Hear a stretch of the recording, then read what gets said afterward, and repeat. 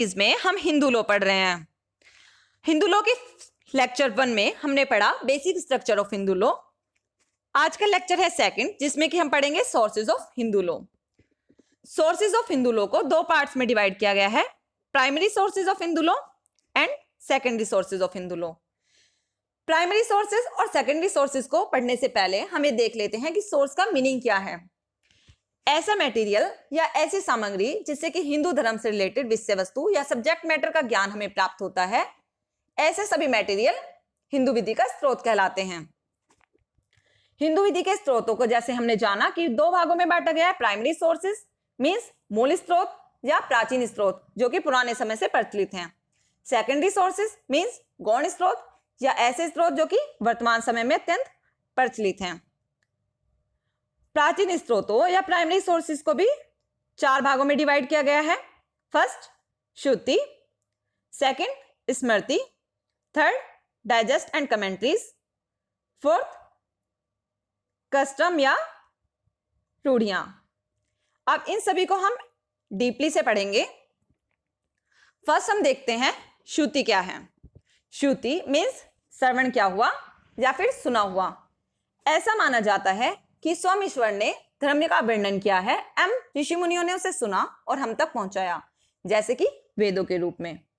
श्रुति के अंतर्गत वेद, वेदांग और उपनिषद आते हैं। आप सभी जानते हैं कि वेदों की संख्या 4 है, ऋग्वेद, यजुर्वेद, सामवेद और अथर्ववेद। वेदों को ईश्वर की जैसे कि वाणी माना गया है, इसलिए सबसे पहले हम देखते हैं कि प्राचीन वेद सबसे कौन सा है। सबसे प्राचीन वेद है ऋग्वेद।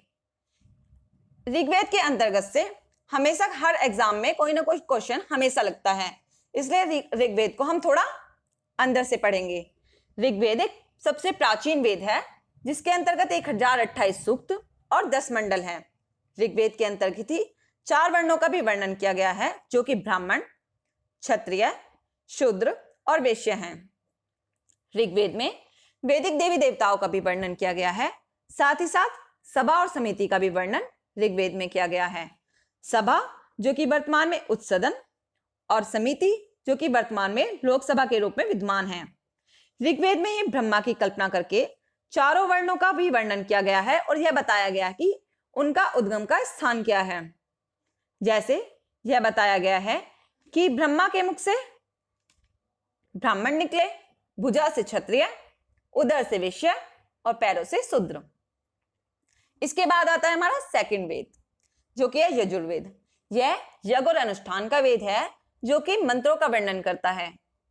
थर्ड वेद है हमारा सामवेद। सामवेद ऐसा वेद है जो कि संगीत का वेद है। इसमें उपासना के समय गाए जाने वाले गीतों का वर्णन किया गया है। हमारा लास्ट वेद है अथर्ववेद जो कि विज्ञान का वेद है, जो कि वैज्ञानिक दृष्टिकोण पर आधारित है। इसमें विज्ञान से संबंधित बातों का भी वर्णन किया गया है। सेकंड वेदांग की बात करते हैं। वेदों का एक महत्वपूर्ण भाग है वेदांग जो कि 6 प्रकार के होते हैं: शिक्षा, कल्प, व्याकरण, छंद, निरुक्त और ज्योतिष। थर्ड उपनिषद। वेदों का अंतिम भाग है उपनिषद। वेदों का अंतिम भाग उपनिषद है जिसमें कि धर्म और दर्शन के सर्व सिद्धांतों का वर्णन हमें प्राप्त होता है। ठीक है फ्रेंड्स। नेक्स्ट है हमारा स्मृति जो कि प्राइमरी सोर्स के अंतर्गत आता है। स्मृति को 2 पार्ट्स में डिवाइड किया गया है, धर्मसूत्र और धर्मशास्त्र। धर्मसूत्र जो कि गद्य एवं पद शैली दोनों में रचित है। मुख्य धर्मसूत्रकार हैं कुछ गौतम एवं बौधायन। धर्मशास्त्र यह पद शैली में रचित होता है जो कि 3 भागों में विभक्त किया गया है।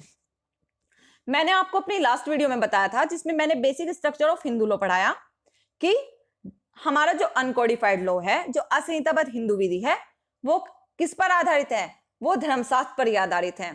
धर्मशास्त्र को 3 भागों में विभक्त किया गया: आचार, व्यवहार और प्रायश्चित। आचार क्या है? आचार जिसमें कि धार्मिक अनुष्ठानों का वर्णन मिलता है, व्यवहार जिसमें कि विधि व्यवस्था का वर्णन मिलता है और प्रायश्चित जिसमें कि पापों को प्रायश्चित का वर्णन मिलता है। मुख्य धर्मशास्त्रकार हैं मनु, व्यास और कात्यायन।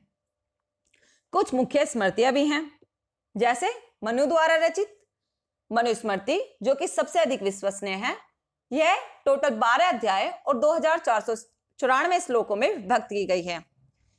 एक और स्मृति है याज्ञवल्क्य स्मृति। मनुस्मृति के पश्चात इसे सर्वश्रेष्ठ माना गया है और यह विज्ञानेश्वर द्वारा रचित मिताक्षरा भी इसी स्मृति पर आधारित है।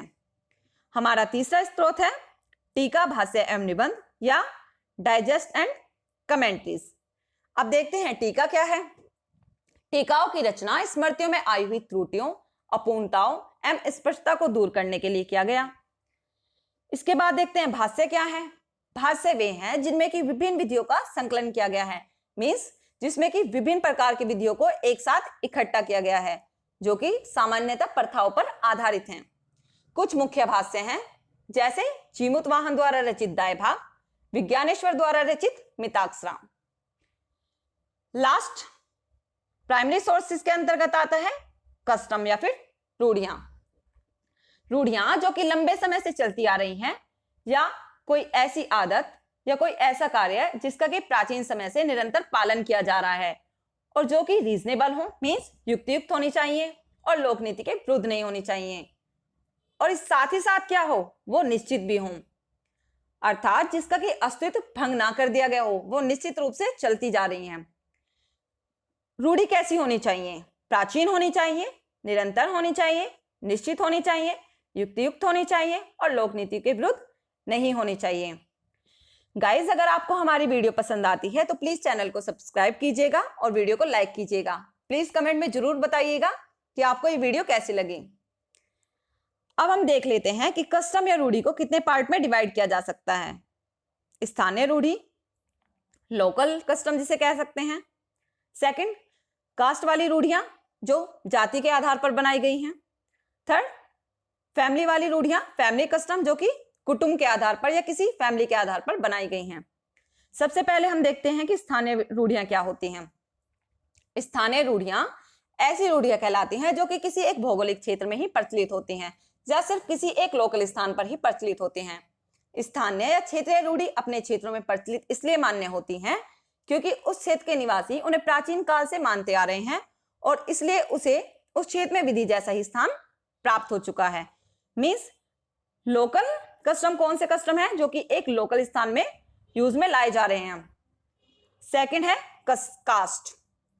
कास्ट मीन्स जाति के आधार पर रूढ़ियां, जैसे हमने देखा है कि अलग अलग जाति में अलग अलग प्रकार की कुछ रूढ़ियां बना दी गई हैं।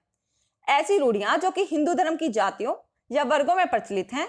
हिंदुओं में जातीय या वर्गीय रूढ़ियों का भी बहुत महत्व रहा है। जैसे अगर हम देखें कि जाटों में यह रूढ़ी होती है कि वे अपनी विधवा भाभी से विवाह कर सकते हैं, परंतु यदि हम देखें कि हिंदू मैरिज एक्ट के आधार पर यदि कोई व्यक्ति अपनी भाभी से विवाह करता है तो ऐसा विवाह शून्य माना जाता है। परंतु यदि वहां की रूढ़ी ऐसी है कि वहां विवाह किया जा सकता है अपनी भाभी से, जैसा कि जाटों में किया जा सकता है, तो ऐसा विवाह भी क्या माना जाएगा? मान्य माना जाएगा। थर्ड, कौटुंबिक रूढ़ी मीन्स फैमिली के आधार पर बनाए गए कुछ कस्टम। कौटुंबिक रूढ़ी केवल कुटुंब की रूढ़ी है जो कि केवल कुटुंब के सदस्यों पर ही लागू होती है। उस परिवार के सदस्य चाहे किसी भी क्षेत्र में चले जाएं, चाहे किसी स्थान पर भी जाकर निवास करने लगें, लेकिन वह अपनी रूढ़ी से ही शासित होते हैं, चाहे बेशक वह विधि के प्रतिकूल ही क्यों ना हो। उन पर उनकी कौटुंबिक रूढ़ियां ही लागू की जाती हैं। आज के इस लेक्चर में हमने देखा कि सोर्सेज ऑफ हिंदू लॉ क्या है, सोर्सेज का मीनिंग क्या है, प्राइमरी सोर्सेज और सेकेंडरी सोर्सेज में हिंदू लॉ के सोर्स को डिवाइड किया गया है। उसके बाद हमने देखा श्रुति क्या है, स्मृति क्या है, डाइजेस्ट एंड कमेंट्रीज क्या है और लास्ट में रूढ़ियां क्या हैं। अपने नेक्स्ट लेक्चर में हम देखेंगे secondary sources of Hindu law को। Thank you friends. अगर आपको ये वीडियो अच्छी लगती है तो कमेंट करके जरूर बताइए और लाइक जरूर कीजिएगा। Thank you so much.